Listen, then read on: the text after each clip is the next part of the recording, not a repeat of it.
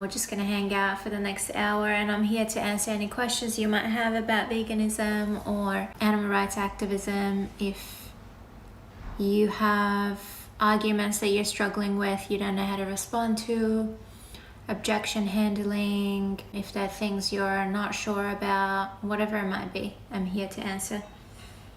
Alright, first question coming in. What should I feed my dog or cat if I'm vegan? You need to do your research first to make sure that you know exactly what your cat or dog needs in their diet, and then you should create that with plant-based food that you cook at home or the plant-based cat food or dog food that you can buy. So you can do a combination, and then there's certain vitamins or minerals that they might need added to their food. It's a bit different for dogs and cats because their needs are a bit different. So that's what you need to research. I don't have any experience with feeding cats at all, so I'm not able to help you with that. But with dogs, there are certain foods that they should avoid because it would make them really sick. And other than that, they're pretty easy. You can cook a meal for them, like I said, at home, and then mix it with some dry vegan dog food. And then you can add some supplements to it if they need it, if they're not getting it from their diet. So it's pretty easy, and I do believe that vegans, if they have animals at home, animals that can eat a plant-based diet, they should do that. To me, it doesn't make sense for me to be vegan and then have 3 cats at home and then buy other animal flesh for them to feed them. It doesn't make any sense that I'm keeping one animal or even a few animals at home and then I'm paying for hundreds and thousands of other animals like horses and cows and pigs and chickens to be tortured and killed so that I can feed the animals that I have at home.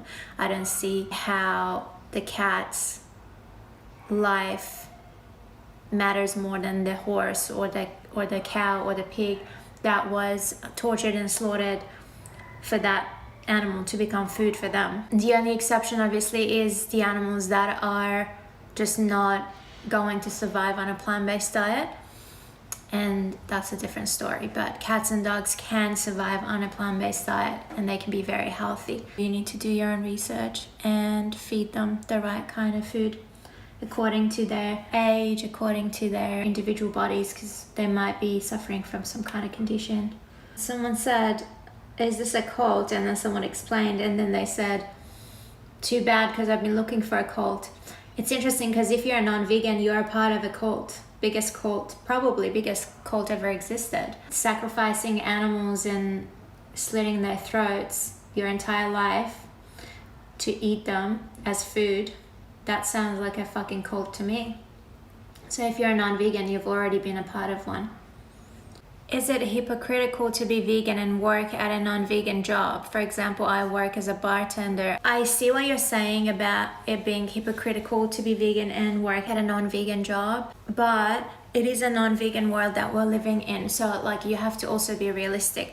If you have the opportunity to work for a vegan company or an organization or start your own vegan business, that's great. Obviously, that's ideal. But if you can't, you do need that. You need the money to survive. You need to be able to live, right? So if your only option is to work at a non-vegan business, then you're going to have to do that. And I can understand that it's very difficult sometimes, because I used to work, first when I went vegan, I used to work at a catering company and I used to work with animal products all day, and it was very hard for me, but I needed the money. And until I was able to change my work, I was doing that for like 6 months or a year. I can't remember exactly, but I can totally understand what you're saying. And it may not even be that you're directly working with animal products. It may just be that you're working for a company that pays for animals to be tortured and murdered, and that obviously goes against your values. But again, if you don't have any other options, you're just gonna have to do it. And no, it doesn't make you a hypocrite, because you're doing the best that you can.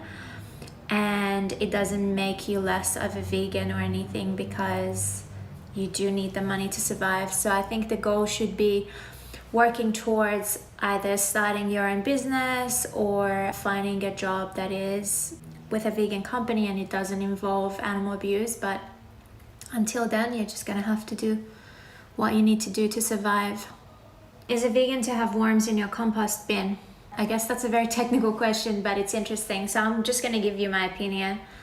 I don't think it is ethical to do that. I think there are ways of doing it without having worms. I would recommend that if that's what you've been doing, just look into the alternative. I've been thinking about starting doing my own compost, and I live in an apartment, but I do have like a little balcony with lots of plants and there's like a little garden. So I'm thinking about creating it in there, and that way if there are worms down there in the soil, they're going to come and go and they're free to do that. So I recommend doing something like that if you have an outdoor area. But if you're going to do it in a bin inside, then yeah, I do recommend not using worms because I don't think that's ethical. You're going to bring them in and you're going to trap them in that space. So I know that there are many ways, but because I haven't done it yet, I don't have the knowledge, but I know that it's possible and I recommend that you look into it. Which way of activism do you find more effective? Like I said, I think there needs to be a conversation. That's the only kind of activism that I find effective. And so obviously I find the cube to be very effective because you get to show the footage, have the conversation, and if that person is going to have a moment where they're thinking about their own behavior and realizing that they've been a hypocrite because their actions don't align with their values, then you see that change happening right in front of you. So that's why I think the cubes are so effective. It doesn't have to be at a cube. Like I said, the way that I see activism work is when you're having like a productive conversation with the non-vegans. So as much as I love marches and protests and things like that, I just don't think that they create that kind of productive conversation. The non-vegan would just witness and observe and just walk away. But when you have a conversation with someone, when you ask them questions, you make them think, and that's the only way you can create change. By making that individual think about their own actions and for them to come to their own conclusion instead of being told. That's how I see it. Do you miss meat? No, of course not. How could I miss meat when I know that that's tortured body of an individual that didn't want to die for my food? If you're new to veganism, you may sometimes think I miss the flavor or the texture or whatever, and you can create all of that with plants. But if you're truly convinced on veganism and the ethics, you would never miss that, because that texture or flavor or that product would mean someone had to be raped, tortured, and murdered. So you would never want to go back to that. How do you recommend outreaching hunters who willingly kill animals themselves? The same way as we do. You have to hold them accountable. They might be so disconnected that they might not be ready to hear and the conversation may not go anywhere, but you don't have to necessarily change the way you do outreach. You hold them accountable and you remind them that they are just selfishly taking someone's life. They may call it sport, entertainment, or they may do it for food. And I think the best thing that you could ask them is, what if you were in their position? Because I'm imagining the hunter would say, I don't care for the animals and they're just animals and they don't have the capacity to understand or what's their purpose or whatever. I'm better than them, I'm at the top of the food chain. This kind of stupid argument. So I think the only thing that might work with a hunter is if you ask them to put themselves in the victim's position and ask them, what if you were being hunted by some kind of alien creature that was superior to you in the ways that they are superior to the animals? How would you feel then?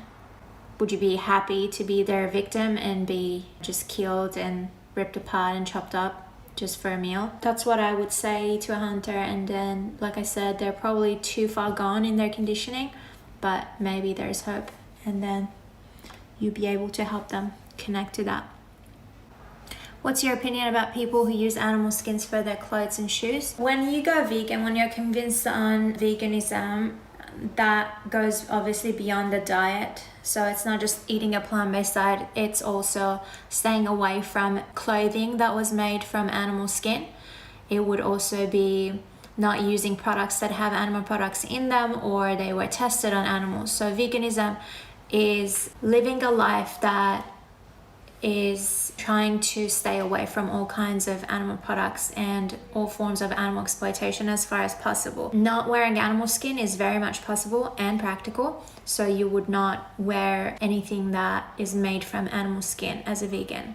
So if you go vegan and you still have animal products, like you still have shoes and bags and belts and things that are made from animal skin, or if you have clothing made of wool or silk or anything that comes from an animal, what I recommend doing is, if you can afford to replace it, do that. Do not continue to wear it, because otherwise you're promoting the idea that animals should be used for clothing. And what I recommend doing with your clothing is to burn them. To burn them and bury the ashes. Giving it to someone, giving it to charity or a friend, again, promotes the idea that it's okay to wear animal skin, even though you're not wearing it yourself, but you're saying that it's okay for others to do it. And that's why I don't recommend that. If you're still wearing animal skin and you're just saying that I'm vegan, you're only doing the diet thing, which is a plant-based diet. You may not be buying things that are tested on animals as well, but still you're promoting some use of animal products which could easily be replaced.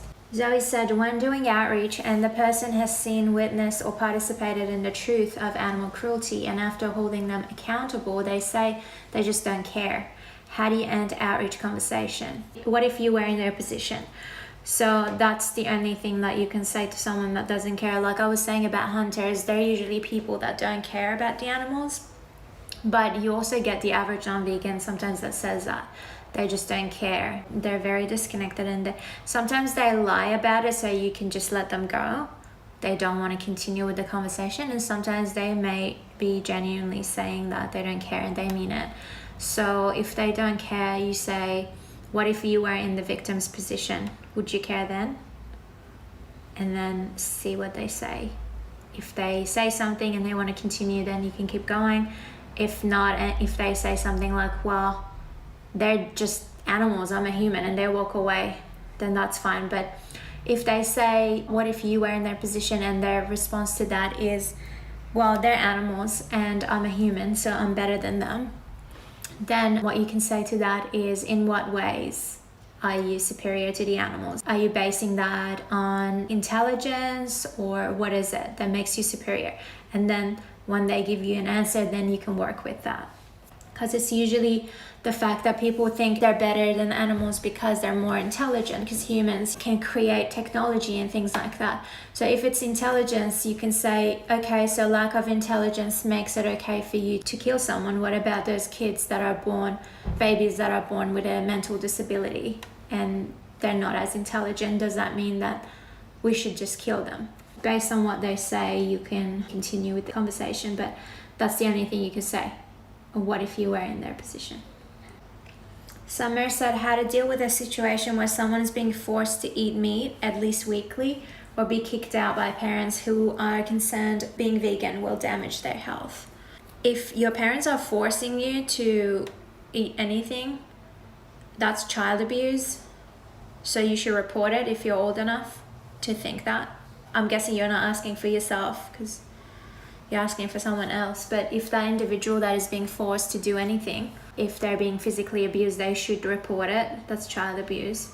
If the parents are kicking them out, if you're old enough to move out of your parents' house and you can survive on your own, then you can do that. If you're old enough to have a job and you make money, etc.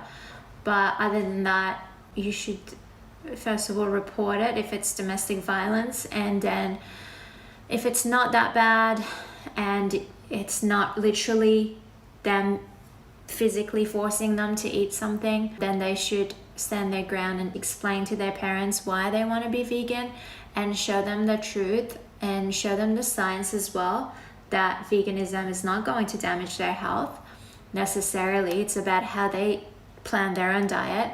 And yeah, that's it. Your parents don't have the right to physically abuse you, to force you to eat animal products. Do you think it's hypocritical to protest about other injustice and at the same time don't care about animal rights? Yeah, maybe. It depends what you mean. Is it hypocritical to speak up for one injustice and not speak up about animal rights. I think it depends on what kind of injustice. Like recently we shared a video from, I think, Spain, where there was a protest and then protesters were throwing pig heads at the police. And this happened earlier this year with the BLM protests as well, and we posted about it at that time as well.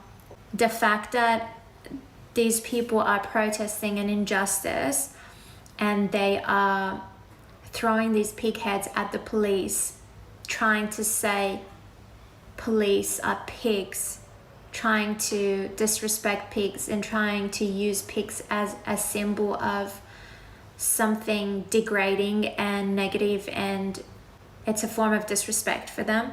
It's an insult to call someone a pig. That just shows how much humans hate pigs and animals. So in that case, I think, yeah, it is hypocritical to try to fight an injustice by oppressing other individuals, like another group of species or another group of beings. So in this case, they're protesting the government or the police by spreading so much hatred about pigs or about animals. And yes, that's hypocritical. So I do think that that's where the problem starts, kind of, because it's like, why can't you protest your government and speak up about whatever it is that you're concerned with without making it about how much you hate animals? It doesn't even make sense to myself, and I'm sure many of you can relate, because even when I was not vegan, I would never use that comparison because I just didn't think like that. I was just not aware of how I was contributing to animal abuse, right? But I wasn't consciously just hating on animals like that. So to me, it blows my mind how they think that this is like a really strong point to make, and this is how they're speaking up about their rights by hating on another species. It just doesn't make any sense to me. They're calling the cops who are brutally assaulting black people pigs. Yeah, and I know that's been going on for years. Like, it's not just something that started this year at the BLM protest. This is something that, like, I recently learned about this because, like I said, I didn't know about this. I didn't know that they call cops pigs. I didn't know that's a thing. And I'm forever correcting myself and other people when we say something like, I don't know, it's like a pig, or he's a pig, or, you know, referring to someone who's greedy, for example, or using animals as an insult or to make a point. And that happens in every language. I know that happens in English, that happens in Farsi, which is my first language, and it happens in every language. In Spanish it happens. So it's like the oppression and this injustice. That's why I said it's the first form of injustice or the first form of discrimination, because it's like so deeply rooted in our culture. All cultures, not just one. It's not just Americans who do this, right? It's like deeply rooted in our language and the culture and everything. So we need to be conscious. Even as vegans, we need to be conscious about it. I've seen so many vegans just referring to animals as it, and say things like what I just said, like referring to people as pigs or cows or a weasel or a snake or whatever. It's not a compliment to the animal. We all know that these are things that are demeaning and insulting. Like calling someone a snake means you're two-faced or you're sneaky and you're gonna stab me in the back, or calling someone a pig means you're just greedy. So these are not compliments, and we need to be mindful of it. First of all, we need to correct ourselves as vegans and as animal rights activists, and then we need to correct the rest of the world as well. But yeah, it's not something that was exclusive to the cops that were killing and assaulting black people. It's just something that now we know in Spain is the same thing. In many countries would be the same thing. They protest the police. They're like saying they have an issue with the police, and then they express that by calling them pigs. How is that helping? Feed two birds with one hand. The one that I've heard that is kind of cute is feeding two birds with one scone, because it kind of rhymes with the original, which is stone. Killing two birds with one stone. feeding two birds with one scone. I don't know if birds like scones, but yeah, it's funny. What is a vegan alternative for cheese? Plenty of vegan cheese. Cheese just refers to the texture and consistency. You can create that with cow's milk, or you can create that with plant milk and nuts. So you can just look up vegan cheese and see how many options you'll see. If you're discussing veganism with someone and they are being difficult or just don't want to hear it, do you ever give up on them? If someone's not interested, yeah, I won't waste my time. I guess it depends on the situation. So if it's at a cube, I will definitely not waste my time because there are so many other people that are going to walk past that are going to be open. So why would I waste my time with this one person, right? I'll just move on to the next person. But there are some times where you're stuck with someone and they can't get away from you. So in that case, maybe it's good to keep going, just keep asking the questions and make them think. Or if it's like a family member or a friend, same thing. If it gets difficult and they get, I don't know, emotional, or they just walk away and they're not involved, like engaged in the conversation, you may want to drop it then, but then you can pick it up later. So it's not like you're giving up on them forever. It's just like you can stop the conversation and then bring it up later, or they might bring it up. So you just keep going with the same conversation if it's like a friend that you regularly see. But a random stranger on the street, if somebody is just not answering my questions, I would just not continue with them for the reason that I said. You don't want to waste your time.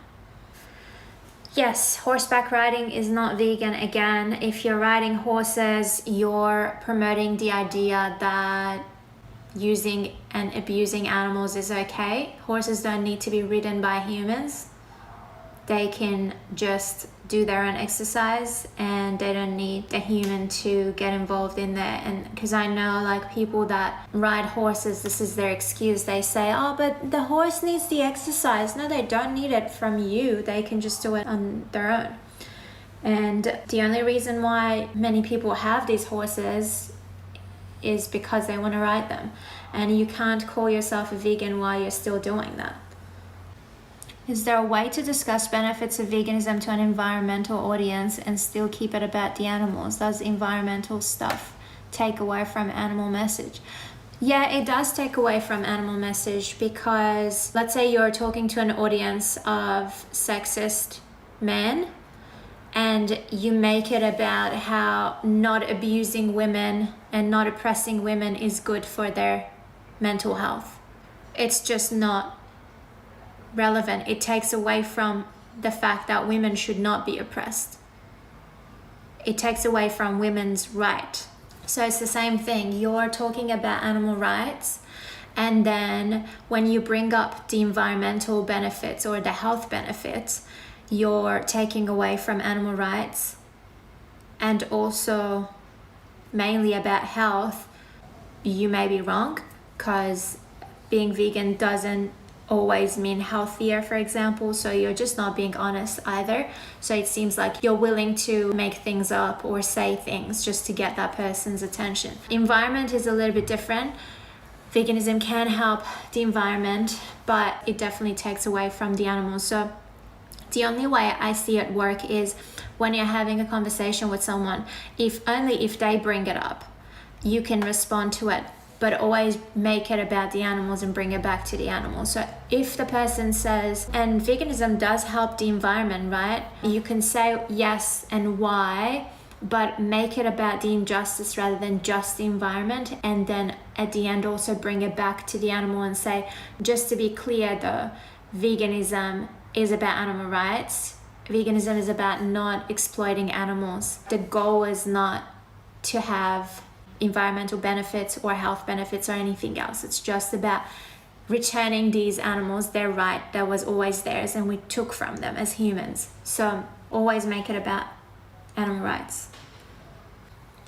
This nonsense about vegans being nice, nobody ever goes vegan because vegans are nice. Nobody is going to be convinced on the ethics of veganism and then says, I'm not going to go vegan because vegans are rude. This is all bullshit, and as vegans and as animal rights activists, you guys really need to stop talking like this, making this all about like being nice to each other and being loving and compassionate and kind. We're talking about animal rights, and we're talking about the biggest injustice. People are telling you that riding horses doesn't align with the values of veganism, and you're talking to people about being nice to you, someone who is abusing animals willingly. Animal rights activists are not here to make friends, and they're not here to be nice and be loved and liked and be respected by non-vegans or the other vegans. Animal rights activists, their only job is to speak up for the victims, who are the animals, whether they're horses being ridden by humans or they're cows being slaughtered at a slaughterhouse. So it's got nothing to do with me wanting to make friends here. It's about me doing my job as if I'm in the animal's positions. So if you were that horse being ridden, you wouldn't want people to just be nice to your slave master. You would want them to talk to them and hold them accountable so that they would set you free. It's got nothing to do with being nice, okay? Just stop this bullshit, please. Nowhere in the definition of veganism does it state that we are more compassionate people. We just find the torture, rape, and slaughter of an animal completely unacceptable. Yeah, you don't, I mean, obviously, like, compassion is like, what does compassion mean? It just means that you can see an injustice and you can have empathy for that. What do you do with it is more important than just acknowledging it. So the fact that you call yourself vegan is one thing, but the fact that you are truly convinced on the ethics of veganism and on the principles, and you truly do your 100% to align your actions with that value is another thing. So to pick and choose, that doesn't fit into the definition of veganism. I'm vegan, I do all these other things, but then I like to have a hen in my backyard and I do take the eggs. Or I do ride my horse, but I do it ethically, I do it different to other people. None of these are vegan. None of these fit into the definition of veganism. And it's got nothing to do with love, compassion, kindness. It's got everything to do with respecting that these animals are individuals and they deserve to have their own rights. Veganism is a lifestyle, not a diet. I don't say it's a lifestyle. I always say it's a stance you take against an injustice. Like if I'm against racism, it's not a lifestyle. It's not an anti-racist lifestyle or anti-sexist lifestyle. It's just a stance that I'm taking against that injustice. And within that, I can have different kinds of lifestyles. Like you can be vegan and you can have a different lifestyle to someone else who's vegan. So for example, me and you are both vegan. Your lifestyle might be, you know, eating raw and riding a bicycle and trying to be low waste, etc. And my lifestyle as a vegan could be living in a city, driving a car, eating junk food all day, every day. You know what I mean? It's both vegan, but they're different lifestyles. So veganism is not a lifestyle, it's not a diet. Obviously, it does have those aspects to it to some degree, but it really is taking a stance against animal exploitation, which is an injustice. And then you choose what kind of lifestyle you want to have, what kind of diet you want to have. Do you want to eat shit? Do you want to eat junk food? Do you want to eat whole foods? Do you want to be raw? Do you want to eat a mixture of different diets? Do you want to, you know, live low waste or zero waste? Do you not give a fuck about the environment? Are you political? Are you religious? All of those things are different lifestyles, in my opinion, but they can all be vegan.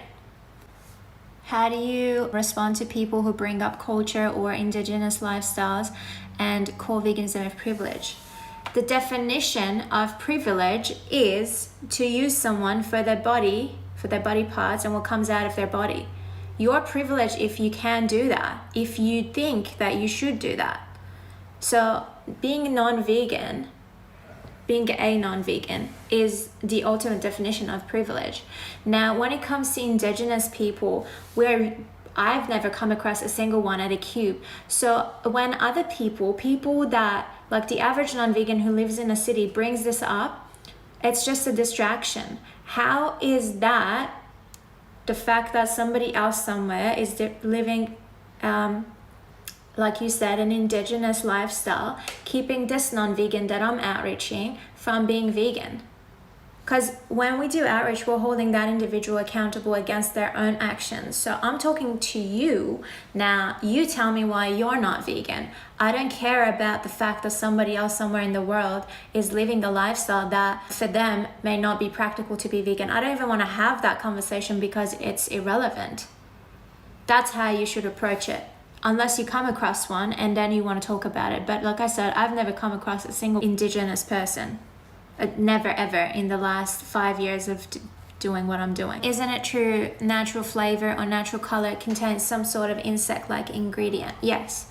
So when you buy something that has additives in it, when you read the ingredient list and the numbers like 121 or 120 or whatever, I can't remember the names, but there are many colors that contain animal ingredients, and then there is always the chemical based one or the organic, like the plant based ones.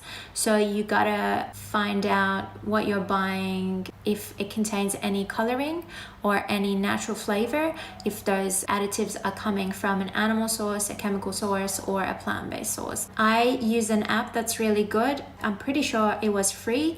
It's called VegSafe, VEG Safe, and that has all these additives, so you can just type it in and it will tell you if that's from an animal or if it's plant-based. So I recommend using something like that because there's literally thousands of these additives and there's no way you're going to memorize all of them. Some of them are more common, like the red color, and that comes from those little insects that look like little cockroaches. So some people, I think, memorize those common numbers, but I haven't. So I always just use my app. You can use that or you can just simply Google it. But yeah, make sure you do that about products that you're not sure of. Is it wrong to kill mosquitoes when you're vegan? I don't think so.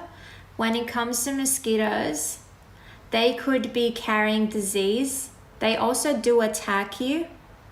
And therefore, I think that's a different story to, I don't know, like a spider just doing their own thing or a worm just like doing their own thing on the ground. Yeah, I have a different position on mosquitoes, and I do understand that many people would disagree with me, but I'm not willing to take the risk. If an animal, an insect, or a human attacks me, I'm going to defend myself. So if that means that they're going to be killed in the process, I'm okay with that. Mosquitoes do attack you. Flies as well. Flies could be carrying a lot of, they literally eat shit, so they could be carrying a lot of nasty stuff, and that's why I think you can't put them in the same category as a harmless spider. So yeah, that's my position on mosquitoes. If somebody doesn't like what you're saying and they get annoyed, you just have to figure out whether that person is worth your time or not. So being annoyed is one thing, because being annoyed means that they have digested the information you're providing and it has done something to them. Being angry and being uncomfortable is not necessarily a bad sign, because our entire life we have been living a lie until we wake up to the truth. So for me, I was not vegan for 26 years. I went vegan when I was 26, I should say it like that. And so for the first 26 years of my life, I just didn't know. So when I was presented with the truth, I was shocked, I was angry, I was going mad, and that's uncomfortable. So if I was being outraged, because I wasn't outraged, that's not, I just did it on my own. But if I was being outraged, I would imagine that I would feel really uncomfortable for the first, I don't know, at least 5-10 minutes of the conversation. And everyone responds differently. So one person might try to attack you back. You're the messenger, but they see you as, you know, the problem, because you're the one who just woke me up, and how dare you. So I'm going to attack you back. It could be that they want to run away from the truth, so they're just going to keep walking. Or it could be that they're so open-minded and ready that they're going to be like, you know what, thank you so much, I'm grateful, because now I'm going to be conscious of my actions. I don't want to be a part of this. So yeah, that's not your fault if they are annoyed or angry. But what you need to do is, based on their reaction, you need to decide if this conversation is productive or not. I would say if that person's getting aggressive and violent, that's when you need to end it. But if they are just uncomfortable and annoyed, you may be able to continue with the conversation for as long as they're willing to talk to you. How to convince someone with a medical condition that they don't need to eat animal products when their doctors who have saved their life advise them to. Tell them that all of these universities are funded by these huge industries like animal agriculture and the pharmaceutical companies. So that means that the information that they're being provided is biased, and that they should do their own independent research or speak to a plant-based doctor to make sure that they're getting the information that is truthful and honest and has their best interest. So the responsibility is 100% on the individual to find the information, and that's all you can tell them. You can tell them that animal products are actually causing different kinds of conditions and all of that, but that would be taking away from veganism. So while you can tell them the stuff that I just said, you should also tell them that animals are not ingredients. Animals are individual beings, and they have the right to live their life and not be treated like an object or an ingredient for us to use as medication or as food, etc. So animal rights is not about our health. It's not about the fact that these animals are just some ingredients for us like calcium and iron. They're actual living, breathing, innocent individuals, sentient beings that deserve to just live their life. And we don't have the right to just treat them as ingredients. We don't own them. We don't own their bodies and what comes out of them. All right. Thank you so much, everyone, for joining me, and I'm glad that many of you found it helpful. I love seeing your positive comments and I really appreciate it. So I'll see you next time. Thank you so much for joining me. Much love, everyone. Take care.